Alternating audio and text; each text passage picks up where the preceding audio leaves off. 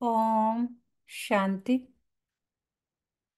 ओम शांति। ओम शांति। सभी रिलैक्स होकर बैठे, बुद्धि को चारों तरफ से हटाकर पूरा ध्यान भ्रुकुटी के मध्य में। ये मुझ आत्मा का निवास स्थान है। मैं आत्मा इस शरीर की मालिक हूँ। मैं आत्मा इन कर्मेंद्रियों की मालिक हूँ। मैं बहुत बहुत बहुत कोटों में कोई और कोई में भी कोई भाग्यवान आत्मा मैं हूँ कि परम पिता परमात्मा शिव बाबा ने मुझे अपना बनाया है और रोज मुझे गुणों से, शक्तियों से, ज्ञान से भरपूर करते जाते हैं। तो इसी नशे में स्थित होकर वाह मेरा भाग्य, वाह मेरा बाबा और वाह ये ड्रामा। हम सभी आत्माएं अपने परम पिता परमात्मा शिव बाबा के महावाक्य सुनेंगे। ओम शांति। आज 29 जनवरी 2024 बाबा के महावाक्य हैं। पहले सुनते हैं मुरली का सार। मीठे बच्चे, जैसे बाप तुम्हारा श्रृंगार करते हैं ऐसे तुम्हें भी दूसरों का करना है। सारा दिन सर्विस करो, जो आए उसे समझाओ, फिक्रात की कोई बात नहीं। तो क्या समझा रहे बाबा कि जो श्रृंगार मैंने तुम्हारा किया है ऐसा ही ज्ञान श्रृंगार तुम्हें ज्ञान से, गुणों से, शक्तियों से दूसरी आत्माओं को श्रृंगारना है। सारे दिन सर्विस करनी है, जो आए उसे समझाना है और फिक्र करने की कोई बात नहीं है। बाबा कह रहे मैं बैठा हूँ, फिक्र मेरे पास है। प्रश्न, यह नॉलेज कोटों में कोई ही समझते व धारण करते हैं, ऐसा क्यों? उत्तर, क्योंकि तुम सब नई बातें सुनाते हो। जो हम सुनाते हैं वो पहले कभी सुनी नहीं, शास्त्रों में ऐसा कहीं है नहीं। तुम कहते हो परमात्मा बिन मिसल है, तो सुनकर ही मूंझ जाते हैं। शास्त्रों में तो यह बातें सुनी ही नहीं है। इतना समय जो भक्ति की है वह खींचती है, इसलिए जल्दी से समझते नहीं। कोई कोई फिर ऐसे परवाने भी निकलते हैं जो कहते हैं बाबा हम तो विश्व का मालिक जरूर बनेंगे। हमें ऐसा बाबा मिला, हम छोड़ कैसे सकते? सब कुछ न्योछावर करने की उछल आ जाती है। गीत है आज की मुरली से, दूर देश के रहने वाले आए देश पर आए। ओम शांति। मीठे मीठे रूहानी बच्चे अच्छी तरह से जानते हैं कि हम मुसाफिर हैं। ये हमारा देश नहीं है। यह बेहद का नाटक बहुत बड़ा मांडवा है। कितनी बड़ी बड़ी बत्तियां यह सदैव जलती रहती हैं। आत्मा जानती है हम सब एक्टर्स हैं और नंबरवार अपने पार्ट अनुसार पूरे टाइम पर आते हैं यहाँ पार्ट बजाने। पहले पहले तुम वापस घर जाकर फिर यहाँ आते हो। ये अच्छी तरह से समझने और धारण करने की बात है। नाटक के एक्टर होते हैं, अगर एक दो के ऑक्यूपेशन को न जाने तो उनको क्या कहेंगे? ड्रामा के आदि मध्य अंत को जानने से तुम यह बनते हो। तो यह पढ़ाई सबसे न्यारी हुई।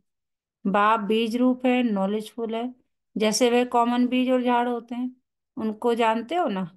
पहले पहले छोटे छोटे पत्ते निकलते हैं, फिर बड़े होते होते झाड़ कितना वृद्धि को पाता है, कितना समय लगता है। तुम्हारी बुद्धि में यह ज्ञान है। बाप तो एक ही बार आते हैं। मीठे मीठे बच्चे, ये अनादि अविनाशी ड्रामा है। बाप है स्वर्ग का रचयिता, हेवनली गॉडफादर। हेवन स्थापन करने वाले बाप को आना पड़ता है। गायन भी है दूर देश का रहने वाला। यह रावण राज्य पर आया है। रावण राज्य में राम को आना है। तुम्हारी बुद्धि में ही ज्ञान है।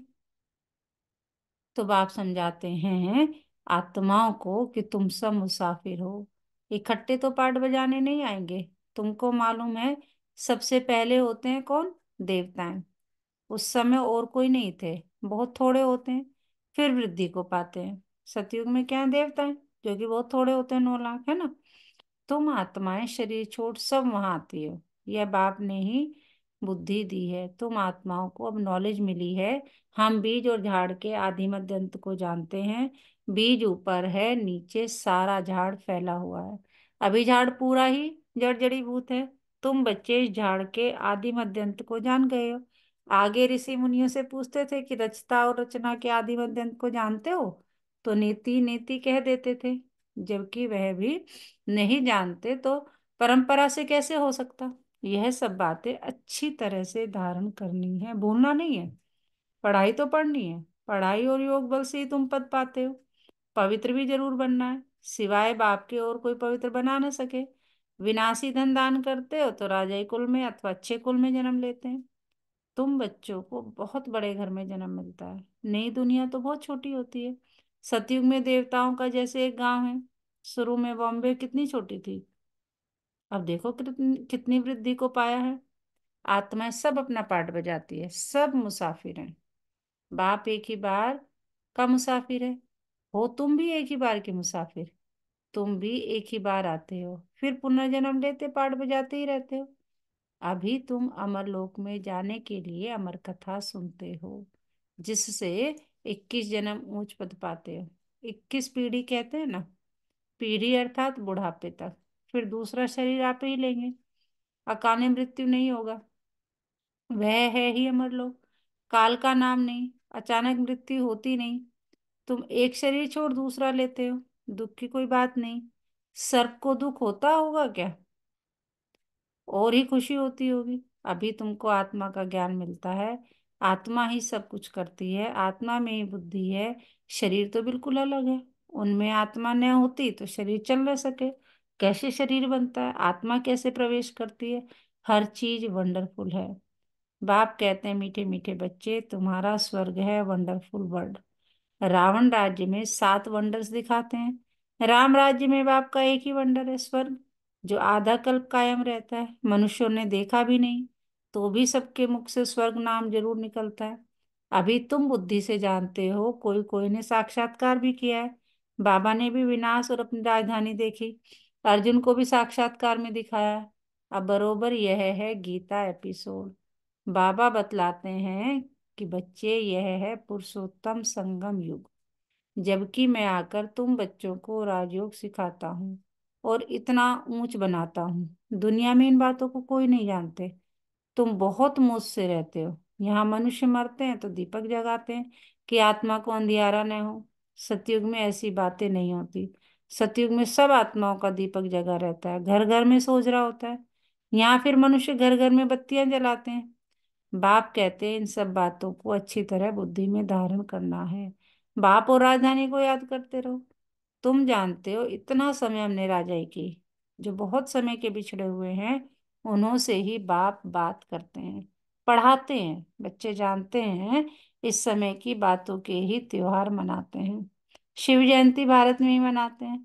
शिव है ऊंचे ते ऊंच भगवान।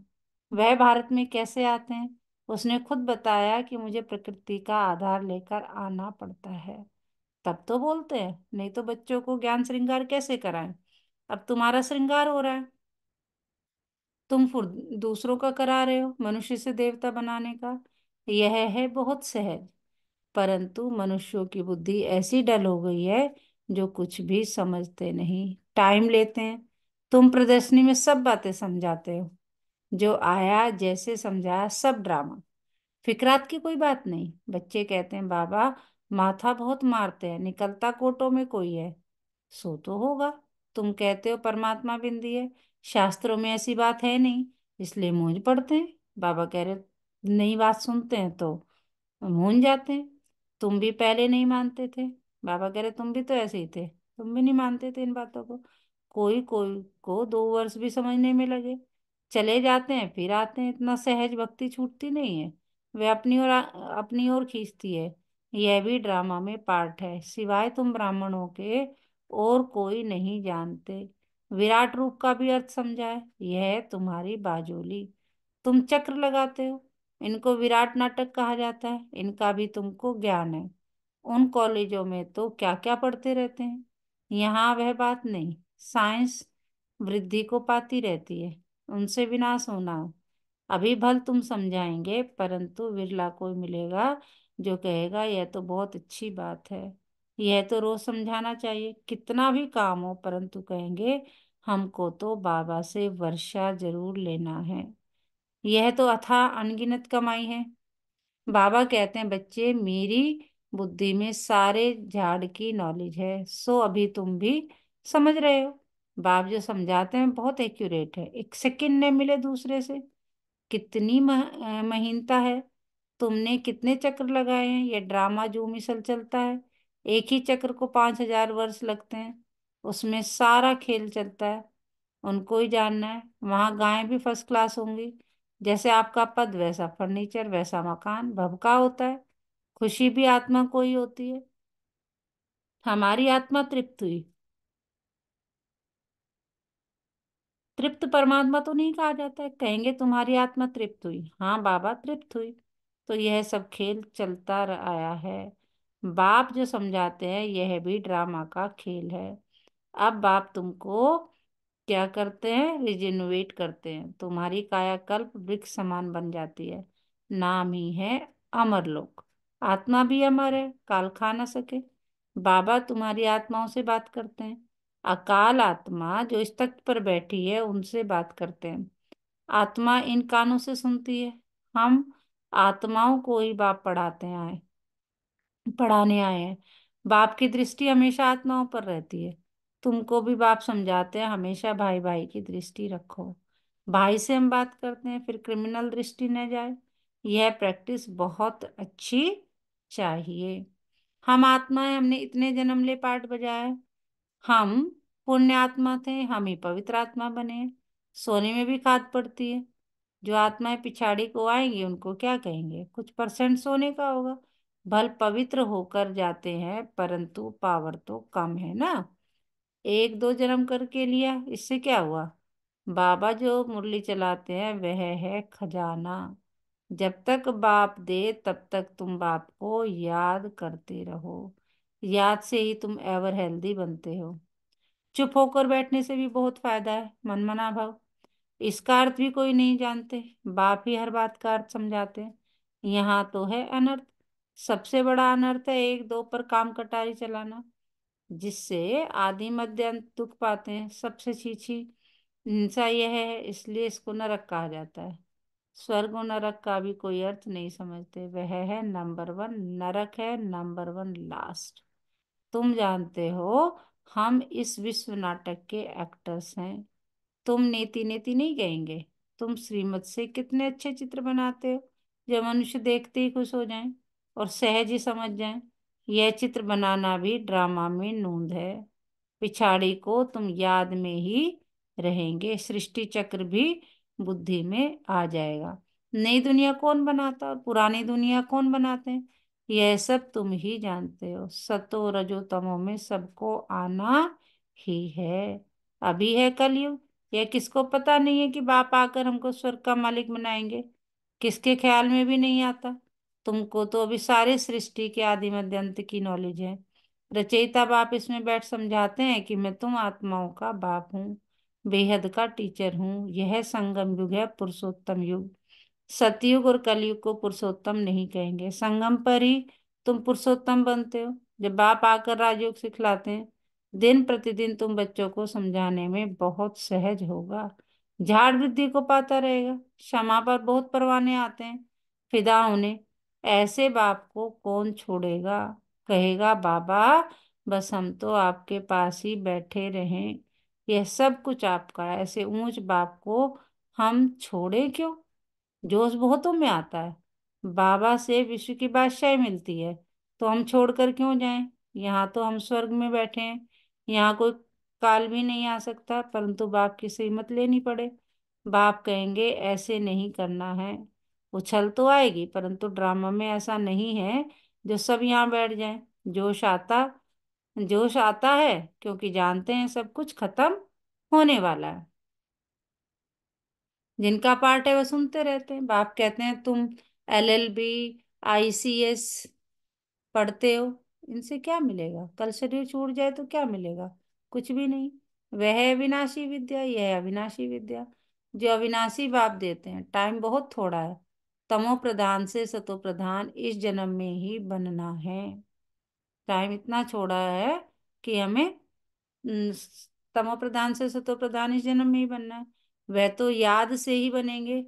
और सब देह के धर्म छोड़ मामेकम याद करो। शरीर पर भरोसा नहीं है, पढ़ते पढ़ते मर जाते हैं। तो बाप का काम है समझाना। उस पढ़ाई में क्या कमाई है और इस पढ़ाई में क्या कमाई है, यह तो तुम जानते हो। शिव बाबा का भंडारा सदैव भरपूर है। इतने सब बच्चे पलते रहते हैं, फिकर की कोई बात नहीं। भूख मर नहीं सकती। लौकिक बाप भी देखते हैं, बच्चों को खाना नहीं मिलता है तो खुद भी नहीं खाते। बच्चों का दुख बाप सहन नहीं कर सकते। पहले बच्चे पीछे बाप। माँ सबसे पीछे खाती है, रूखा सूखा बचता है वह खा लेती है। हमारी भंडारी भी ऐसी है। अच्छा, मीठे मीठे सिकिलते बच्चों प्रति माता पिता बाप दादा का याद प्यार और गुड मॉर्निंग। रूहानी बाप की रूहानी बच्चों को नमस्ते। हम रूहानी बच्चों की रूहानी माता पिता बाप दादा को सर्व संबंधों से सिक व प्रेम से दिल व जान से याद प्यार गुड मॉर्निंग नमस्ते बाबा नमस्ते। शुक्रिया बाबा शुक्रिया, हमें अपना बनाने के लिए, हमें रोज पढ़ाने के लिए, हमें पतित से पावन बनाने के लिए, हमें गुणों से शक्तियों से ज्ञान से भरपूर करने के लिए। तो सदा इसी नशे में रहे। पाना था जो पा लिया और क्या बाकी रहा। और वाह मेरा भाग्य, वाह मेरा बाबा, और वाह ये ड्रामा, और मैं बाबा का बाबा मेरा। धारणा के लिए मुख्य सार नंबर 1, भाई भाई की दृष्टि पक्की करनी है। हम आत्मा आत्मा भाई से बात करते हैं। यह अभ्यास कर क्रिमिनल दृष्टि को परिवर्तन करना है। नंबर 2, बाप जब ज्ञान खजाना देते हैं तो याद में बैठ बुद्धि रूपी झोली से खजाना भरना है। चुप बैठकर अविनाशी कमाई जमा करनी है। वरदान आज की मुरली से आत्मिक मुस्कुराहट द्वारा चेहरे से प्रसन्नता की झलक दिखाने वाली विशेष आत्मा भव। ब्राह्मण जीवन की विशेषता क्या है? प्रसन्नता। प्रसन्नता अर्थात आत्मिक मुस्कुराहट। जोर जोर से हंसना नहीं, लेकिन मुस्कुराना। चाहे कोई गाली भी दे रहे हो तो भी आपके चेहरे पर दुख की लहर नहीं आए। सदा प्रसन्न चित्त। यह नहीं सोचो कि उसने 1 घंटा बोला, मैंने तो सिर्फ 1 सेकंड बोला।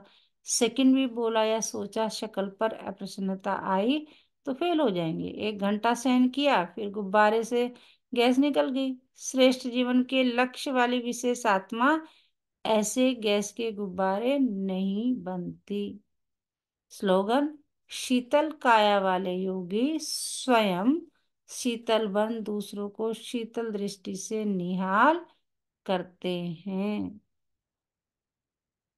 आज का मीठा मोती, सत्कर्मों का ज्ञान 1 सेकंड का होता है, लेकिन उसे जीवन में धारण करने के लिए थोड़ा समय और मेहनत करनी पड़ती है।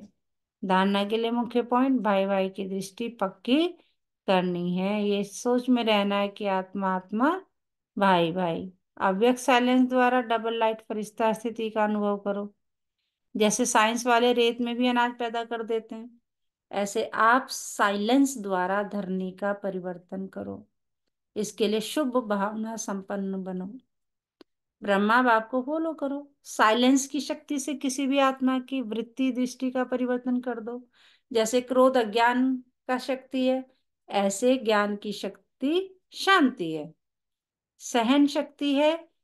अभी इन गुणों को अपना संस्कार बना लो तो डबल लाइट फरिश्ता सहज बन जाएंगे।